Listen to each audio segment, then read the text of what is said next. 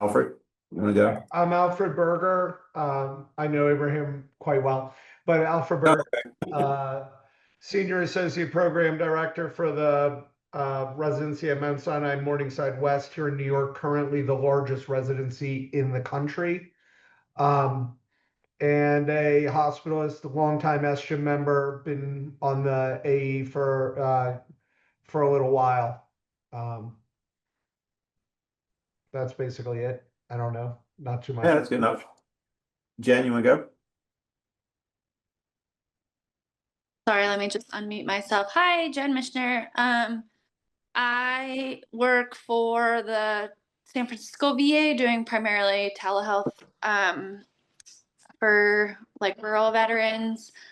I also just like maintain an adjoint appointment at the University of Colorado. I live in Colorado, but work for the San Francisco VA. And let's see, AE stuff. I guess this is going into my third year because Mike was my SJM lead mentor and wrangled me into taking this. So my trajectory parallels his. And let's see, I write about, are we supposed to say that or am I just supposed to stop talking? Whatever you want. So. Okay, that's all. I'll stop now. He writes about unhoused, women's health, different things like that. So. All right. Lubna joined us. Lubna, we're just introducing ourselves since we have a guest with us today, Abraham, who's going to introduce himself, but he's going to possibly be joining us as an AE. So just for the people that are on the call, let them introduce themselves, just kind of who you are, what you do, and kind of like anything you've kind of done with the forum in your time on. Absolutely. Yeah. Hi. Well, welcome, Abraham. So Lubna Khwaja, I am faculty here at Baylor College of Medicine in Houston, Texas. I have been, so in my role is primarily as an academic hospitalist.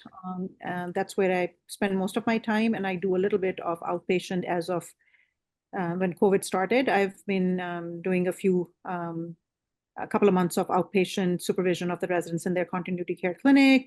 I wear some other hats overseeing our medicine electives at our institution, and then being a pretty active part of our admissions committee. From the forum standpoint, I think this is my third year of being an associate editor, and it's been very illuminating, a lot of learning going on. Last year, along with Alfred and Shanu. There you go. Shanu. Yeah. I apologize. Today, I need some memory pills today. We worked together as guest editors for the special team issues, and learned a lot of stuff in terms of interacting with the authors and the timelines for getting things together, submission and stuff. The plan is to hopefully write more things and get more people to submit, but it's been a fun 2 years. So you're in good company.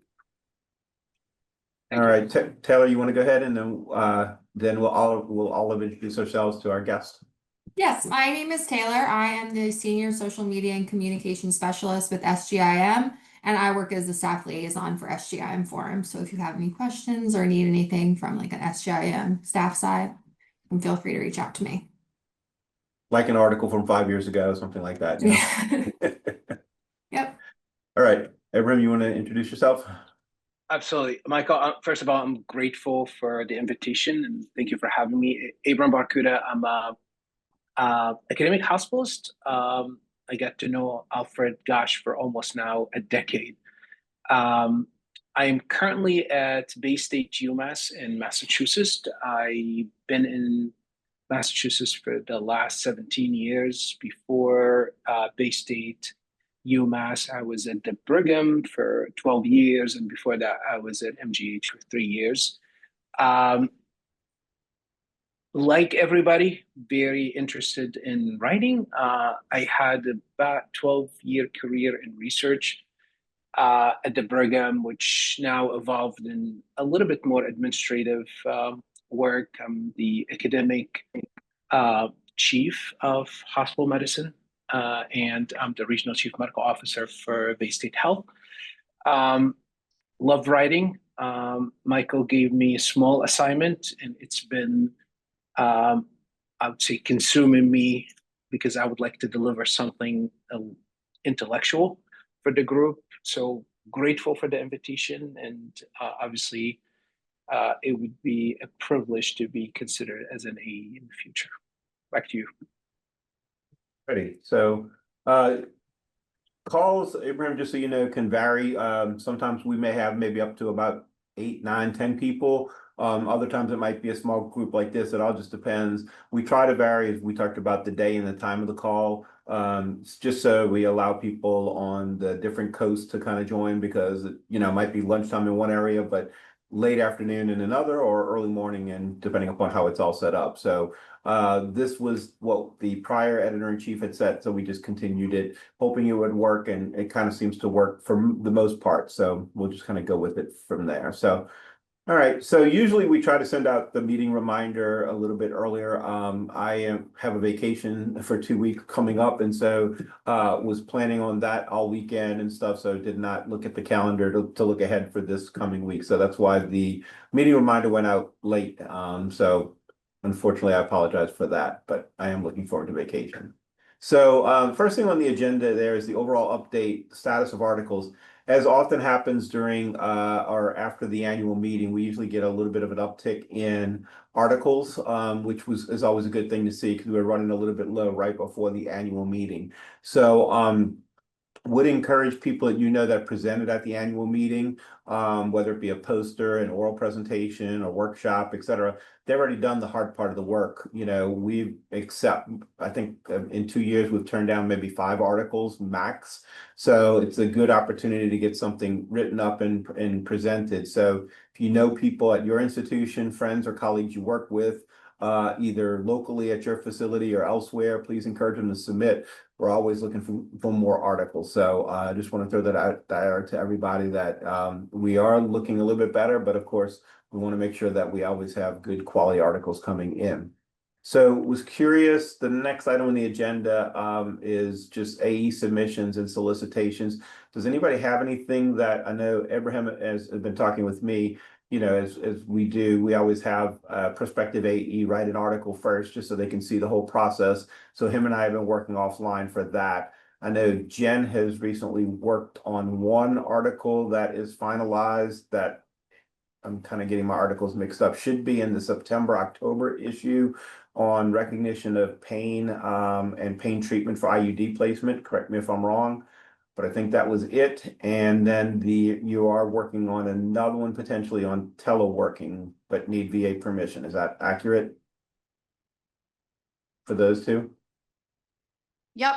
Yeah. So just, I think I can move forward with that one. I had a meeting about it, but just waiting to hear back on one other thing. But I think maybe they're going to let me do it without actually getting approval. Okay. Yeah. Cool. Thanks. Thanks. Alfred, Lubna, anything that y'all are working on, solicitations that are out there that are coming in that you're waiting on? I do know Shanu has one as well. Anything y'all got? Yeah, for me right now, this time of year is a little tricky with the start of the residence. So, and fellowship letter writing. So yeah, no, totally understand all a that. lot of my bandwidth, but I'm going to start getting back on some of the newer, with the new fellows coming in. Often they start some interesting projects, particularly in geriatrics and palliative. So I'll work with those PDs to see what they have going on. Okay. Luna, you were going to say something before? Yeah, I think I'm also part of the ethics committee. So I think we've started working on an Ask an Ethicist case that one of our newer members from last year, Dr. Holland Kaplan, who's also at Baylor, had submitted a case write-up and stuff. And, between the May meeting and my own personal family emergencies and stuff, that's been on the back burner, but I will get it on the front burner now and try and work on it. Those ethical cases often get pretty good reviews, because it's things like if it was interesting to one person to submit it, it probably is interesting to multiple members. Of course, we know that not every member reads every article. et cetera, but it's probably got a pretty good draw. But you can put it to the ethics committee that I think in the past we've published as much as a quarterly Ask an Ethicist thing. So if they would like to be, as we're beginning the new year under usually probably new leadership for the ethics committee, because everything, oh, okay. There you go. Guilty as charged, huh? Yes, Charlie. We're going to work on it. We just actually talked about, I have a co-chair, Fernando Caravalli, and so we were just discussing that we're going to try and see if we can be a little bit more proactive and have a better pipeline, and not keep falling off the horse. So put it this way, a lot of committees and even some of the commissions, the offer is there for them to publish more than they actually do, and of course they don't. So since now I know who the committee chair is, the invitation is there. Probably, at least during my tenure, but probably whoever comes afterwards, an Ask an Ethics article, once a quarter is probably not out of the ordinary. Now the one thing is, too, we have to publish pretty much about 8 articles per month because of the contract. We no longer publish by actual page count or even now by word count per se. We kind of have a sense of what we try to do. We try to keep it to at least 16 pages and at least about 9,500 words. But we can add more articles in, but we have to publish 8 anywhere between 8 to 12 on average per month, because our contract stipulates, and correct me if I'm wrong, Kayla, it's 96 to 144 articles. So if we get a lot of uptick in articles or regular committee reports and stuff like that, we still should be able to fit all of that in addition to what we're already publishing, which before we may or may not have been able to do. So definitely one of the things, if we can have our committees and commissions report more, they get more publicity for their group, they get their ideas out there that they're working on, et cetera. But it's also just a good way for members to see what the organization does. So a quarterly thing should not be an issue. And if any of the others of y'all are on any other working groups and they want to submit stuff, please let me know as well. We'll be happy to take those, of course. Does anybody have, I guess we know what people are working on. I guess nothing is really time sensitive at this point, right? No time sensitive articles. It was kind of nice seeing a couple things that came out. One was Amir's article before the Supreme Court case came out, and he talked about it, and then it actually came to fruition as he predicted. So that was kind of interesting to see. So remember, as we talked about by phone, just if you have something that you're working on, like, oh yeah, it really needs to be out by this month. As an example, we have the Academic Hospitalist Academy coming up, and that's in October, if I'm not mistaken. And so we wanted to make sure, like as an example, we put an ad out.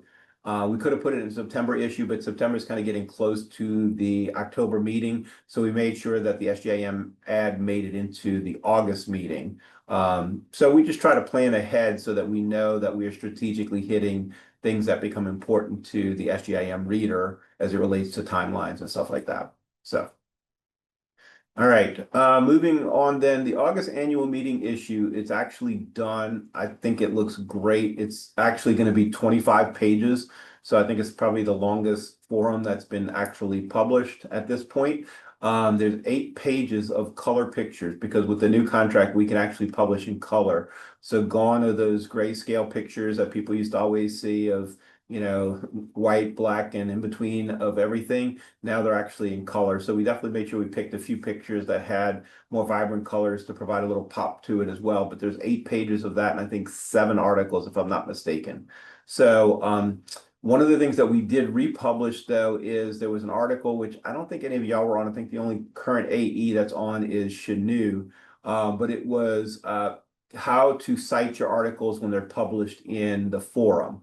And that was done in May of 2021. So it was kind of like, well, probably important for people who have been submitting to know how they can cite it on their CV, but also for people who may consider writing an article because they're going up for promotion the next year, whatever, on how they can capture that. So that's going to come out in the August issue. I think it's article number 5 in there.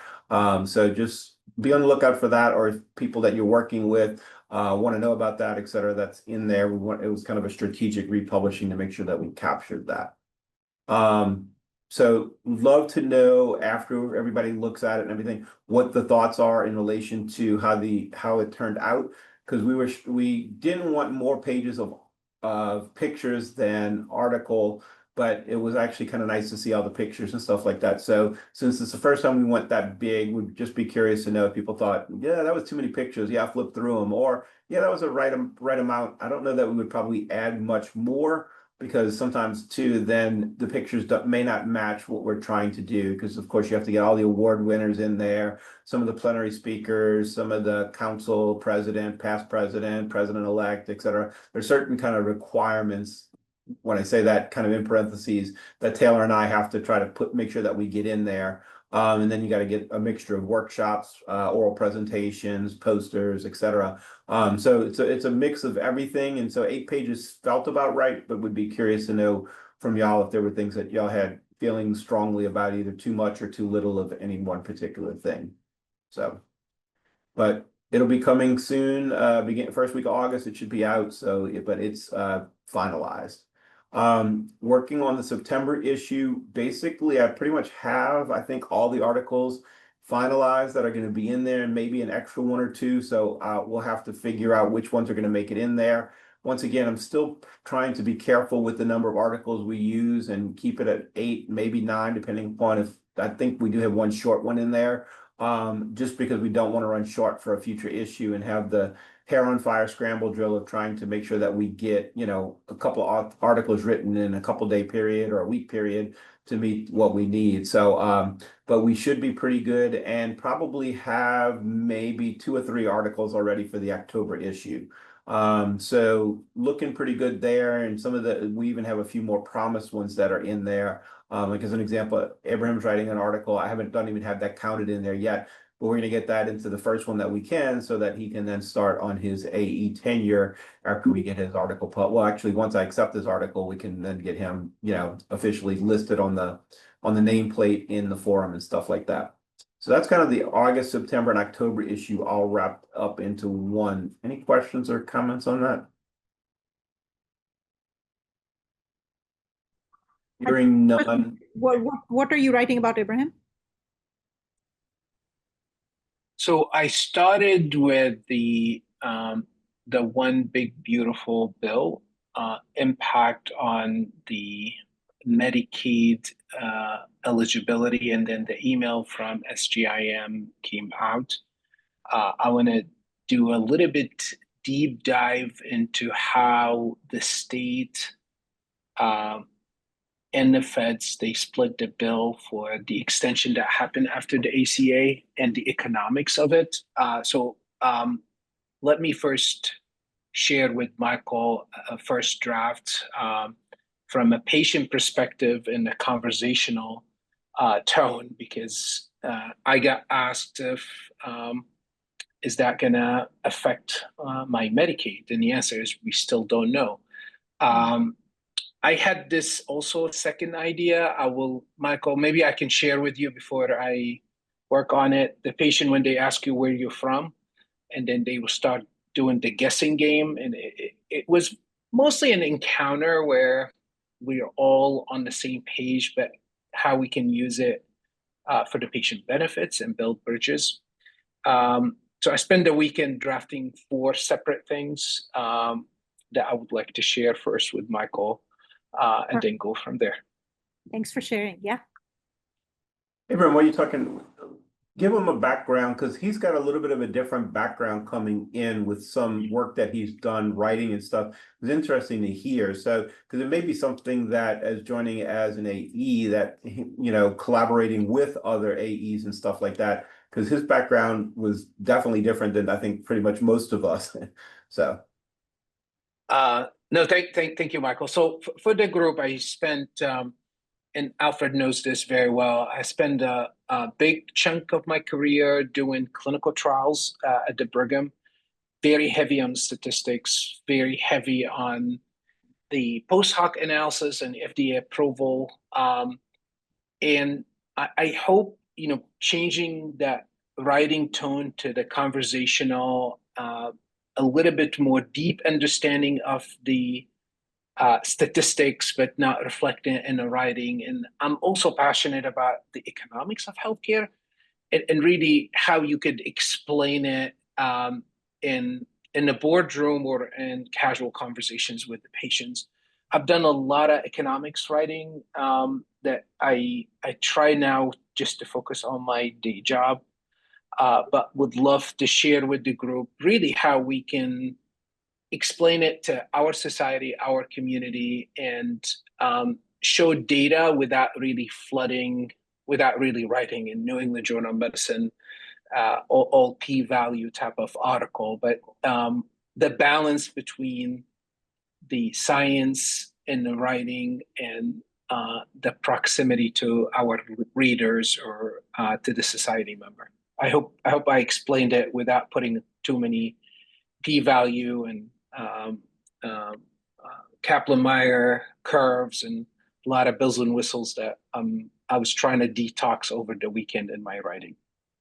But you also were an editor too of another journal, Correct. right? Correct. So I inherited the Journal of Clinical Outcomes Management, or David Bates, who's a QI, I would say, guru and academic father to me. Before that, it was the VA secretary, Dr. David Chalkin.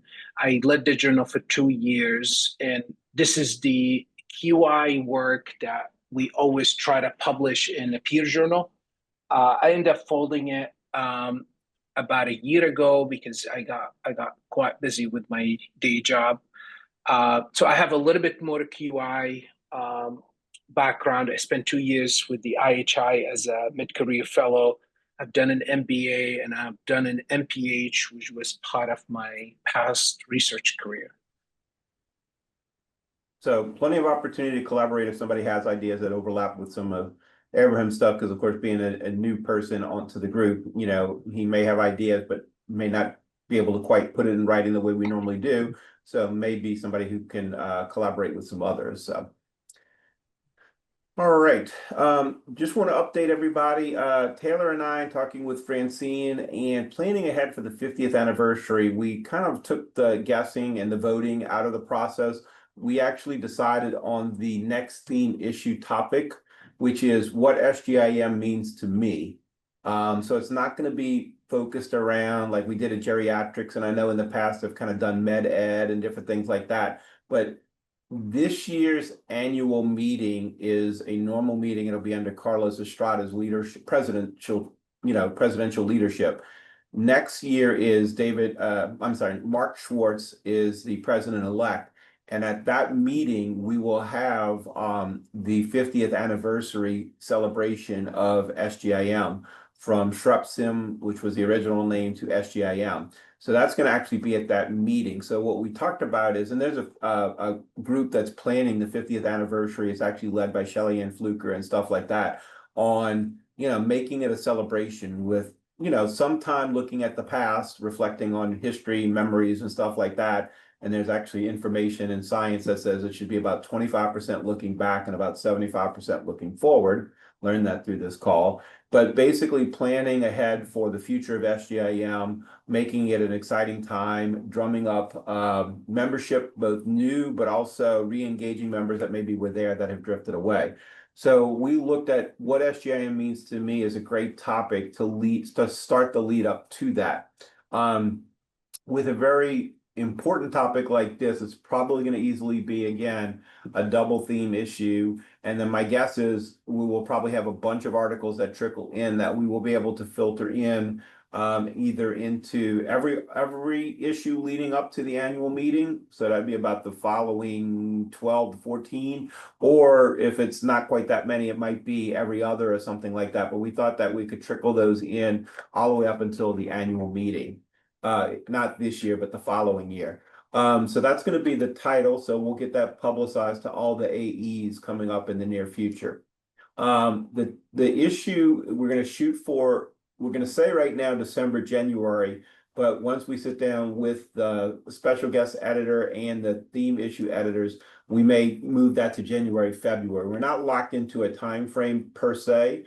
If you we're not aware, most of the time, the theme issues have been, you know, kind of a feeding frenzy / bonanza for the editor-in-chief, because it builds you up a lot of articles that you can put in over time. But it, you know, especially when you have a hard time soliciting articles, or, you know, your numbers get low. We've only, and that's one of the reasons why they publish 2 a year in the past. We've only had to publish, we've chosen to publish only 2 because we've had a lot of articles from members that I didn't want to, you know, push out, especially when we could only publish, you know, a certain word count, and we're limited to 16 pages.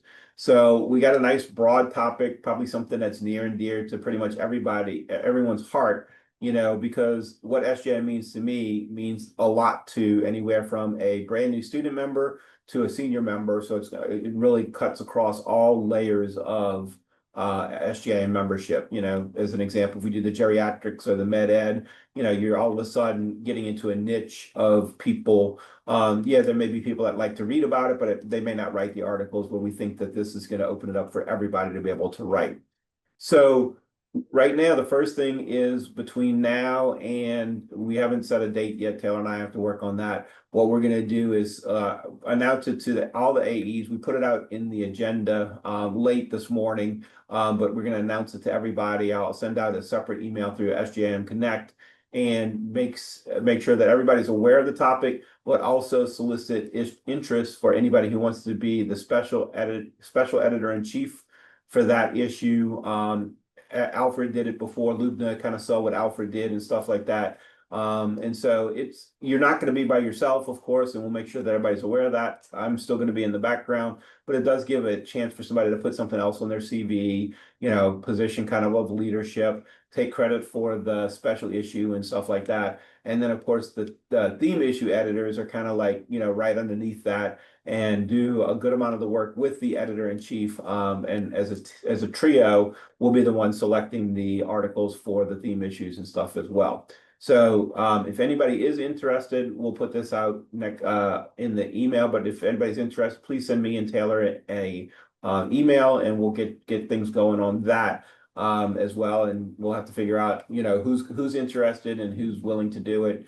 And it is a little bit extra work, of course, and get that lined up. But it is a nice thing to put on your CV and a nice thing to claim, especially when it turns out wonderful like the last one did.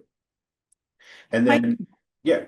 Sorry, Go ahead. sorry for interrupting. I was going to say, just in terms of refreshing everybody on the timeline. So in anticipation of a December issue, we've got to have everything lined up by mid-October-ish, correct? Correct.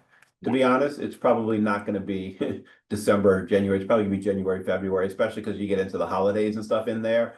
But we're saying December, January, just because it's going to make everyone focus on getting the timeline on the front end down on paper. You know, the timeline for the call for articles, the timeline for decisions and all, but pretty much we already kind of know it's probably going to be more the January, February issues. And then, of course, then that's leading up to the annual meeting. So hopefully there will be a lot of discussion between then. And if for some reason, hey, it's so much work and it winds up getting pushed to the February, March, because we've had so many articles to review and have that wonderful problem to deal with, then so be it, you know. Technically, my tenure ends at the annual meeting, I think, or the article somewhere around there. Because I think July is my last issue. The August issue would be for the new editor-in-chief. Of course, I'll be around and helping that new editor-in-chief work through all of that. But yeah, the timeline is going to be set for all of that. But that's going to really drive the ultimate timing of the issues. I think the reason I say that is because most of the heavy lifting will then happen somewhere in September, October, you know, Right. mid-November. So, you know, for people who've already committed to different things, that is important to know that is the timeline. Then most of the heavy lifting is needed. And so if you are already spread thin, then it may be challenging. But if you are not, then yes, come on over. Right. It was fun. You know, and if people want to do it, but all of a sudden, like, okay, I'm a little bit challenged in there. Well, maybe we had a third theme issue editor in addition to the editor-in-chief.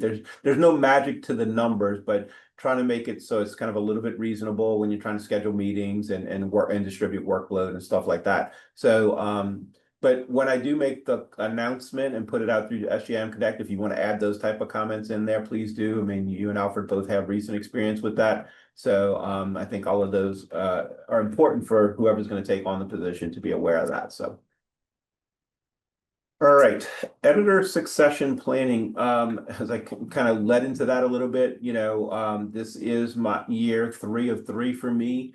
And so there is a process that it will be kicked off. Taylor can update everybody in just a second on that. But I still serve as the past editor-in-chief and will make some calls and be available to help the editor-in-chief, especially for the first year, probably. In the first 6 months, it's kind of a lot to just take in and get your feet under you and figure out your own personal process, in addition to the timelines that Frank and Howard and Taylor and stuff have.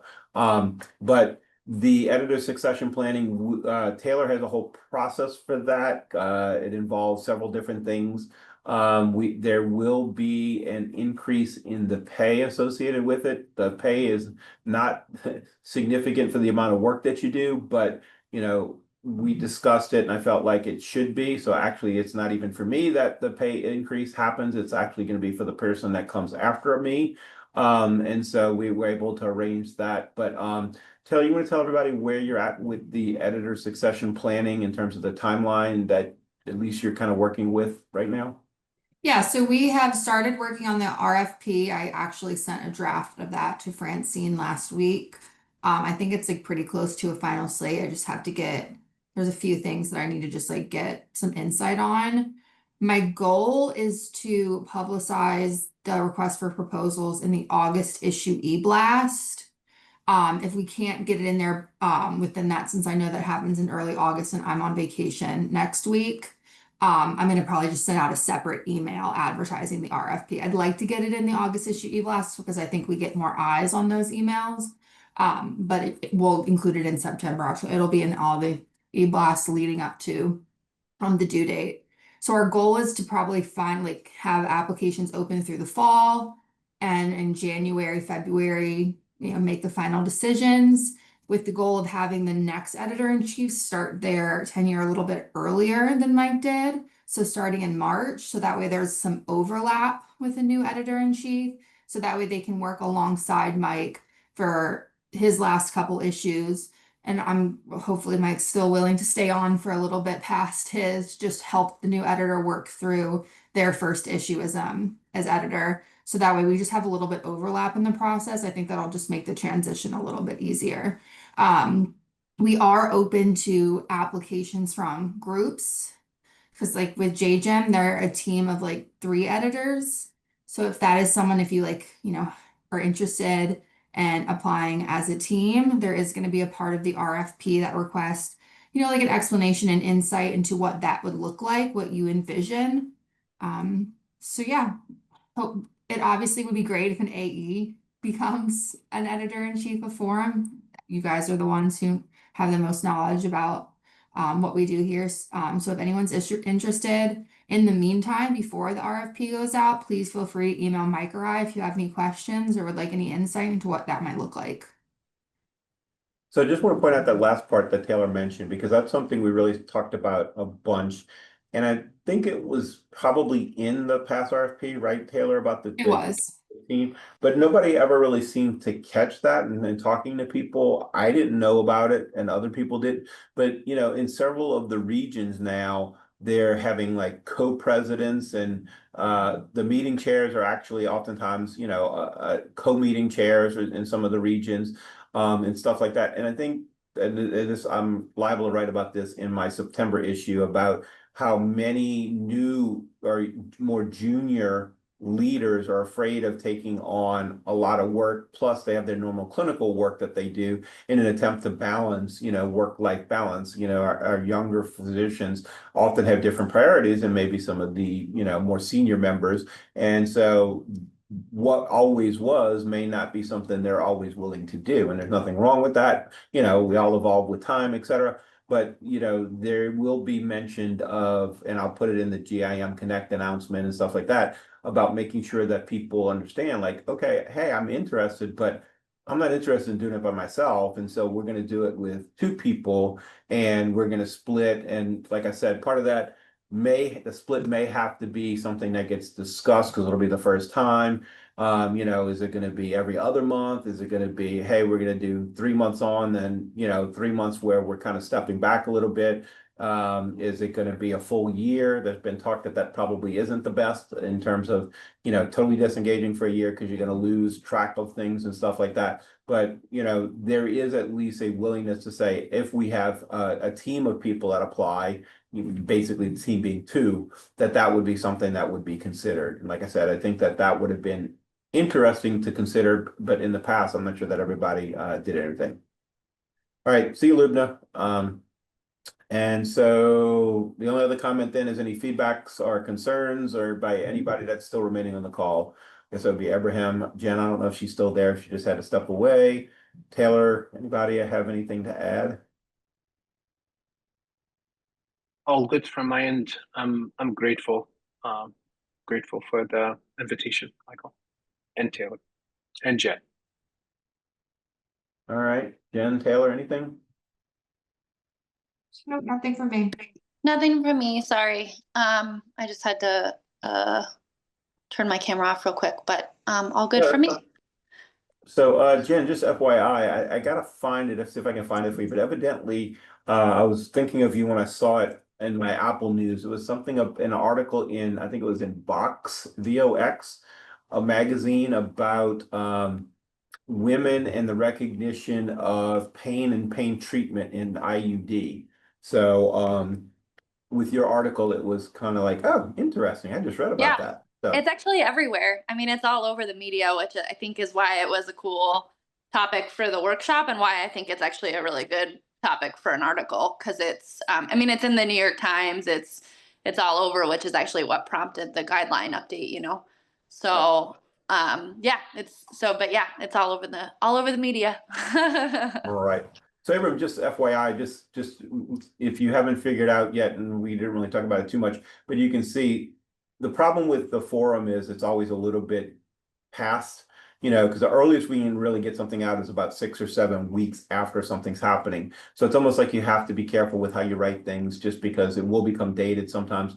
Like, as I mentioned earlier, I don't know if you were on, one of our AEs wrote something and it was time sensitive because it had to be out before the Supreme Court decision.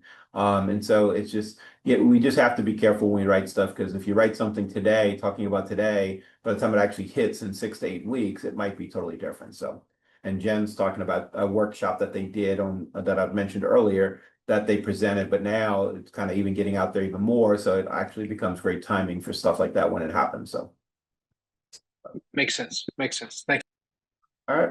All right. Well, thank you everybody for joining. Everybody enjoy the rest of your day and hopefully it's a nice relaxing one. So talk to y'all later. Thank you. Thank you. Everyone. Thanks. Bye-bye.